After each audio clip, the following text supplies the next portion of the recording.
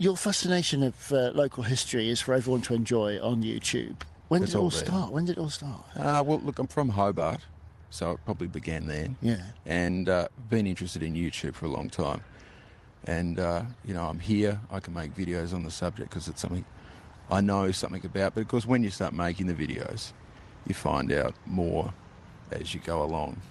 But I think, for me, the most interesting parts of Hobart are the under-examined areas. And that's where Glenorchy comes in. I think Glenorchy could be argued to be the most interesting part of Tasmania. Yeah, discuss. Well, it's got everything. Yeah. It's got...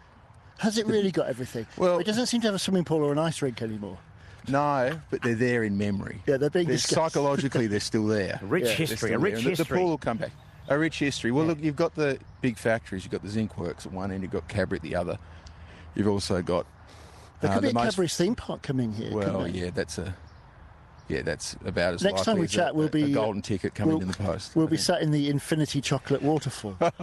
Yeah, we can dream. We can dream, and it's got Glenorchy's got a big art gallery, the most famous one in the country. So it's got this full spectrum, and it's really the basin of industry for Hobart. If you want to get anything made, you have to go to Glenorchy. If you live in a house, part of it comes from Glenorchy. It's where everything sort of goes through. It's the beating heart of Tasmania. Oh, beating heart's a bit of a cliche. Oi, oi. But that's a bit of the beating fans heart of of ABC Radio going by. Friendly people in Glenorchy. Yeah, we're very popular with truckers. Yeah. Yeah. We're getting toots and winks all morning. Yeah. And these programs that you're doing on YouTube, they're beautifully. If you don't mind me saying, they are beautifully put together.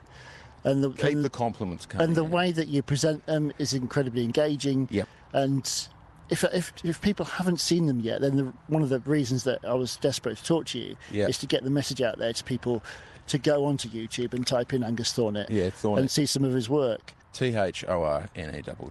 Somebody on one of the most recent ones that you did said, when they put comments at the bottom of YouTube videos, says, "Hi, I've never put a comment at the bottom yet, but I think you could be my first one." Mate. Yeah, I will.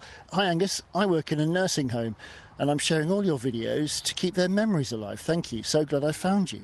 So that kind of stuff. Well, that's very generous, but thanks to the person for saying the comment. Well, look, I think nostalgia is pretty powerful, and people are interested in things from the past.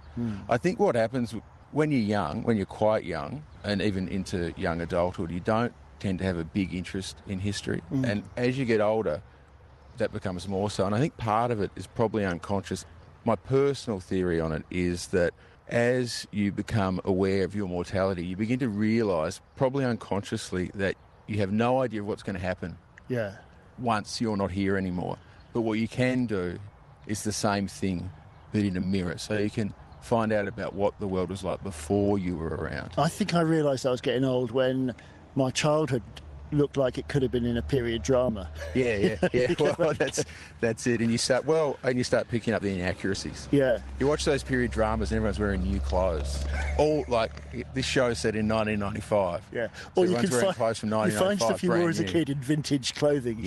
Yeah. The Glenorchy, it's a 5-part series. 3 episodes have already downloaded onto YouTube. 4th one up on Sunday. One on Sunday. Some really interesting stuff, like looking at links to tracks, the Sunderland track, the Ascot track, and a really interesting gate around the Melbourne Cup. Glenorchy was a horse that won the Melbourne Cup, and a bloke in Glenorchy put a sizable bet on the horse. It was fairly long odds, and it won. Yeah. And with the winnings, he, I believe, bought the house, built the house there in Glenorchy. Wow. The gate's still there, the house is still there, but it's down a laneway. There's a shop frontage there now, but if you go down Main Road Glenorchy, there's an old sort of waist-height gate that says Glenorchy on it.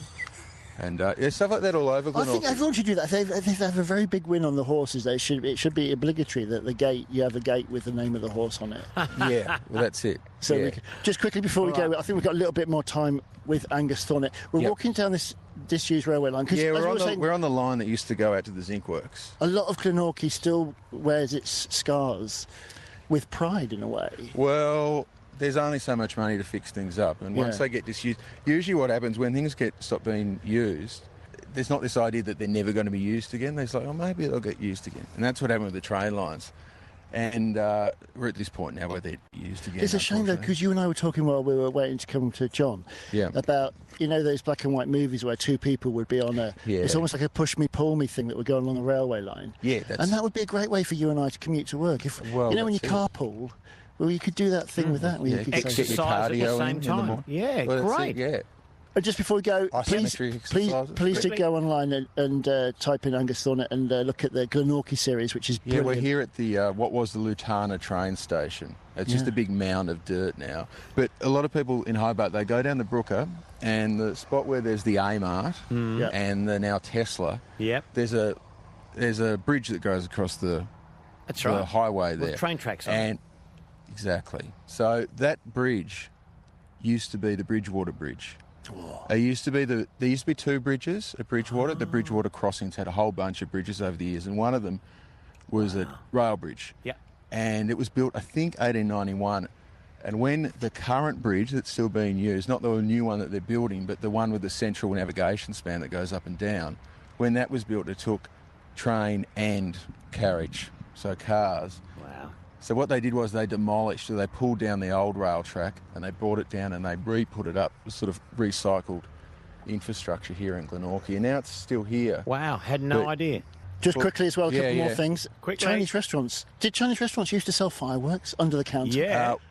They did. They used to be able to buy fireworks. But there you go. Yeah. And the amusing named China Diner. Oh, institution. Yeah, an institution. Legendary. Yeah.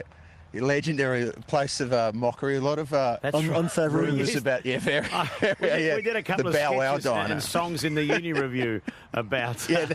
We should do it. I think there'll be a YouTube video with Angus unfair rumours of Tasmania. Yeah, well, I went to the worst/best restaurant in Glenorchy. On that note, we have to go. All right, John. Sorry, go on to YouTube. Go on to YouTube. Watch this series. He's a genius.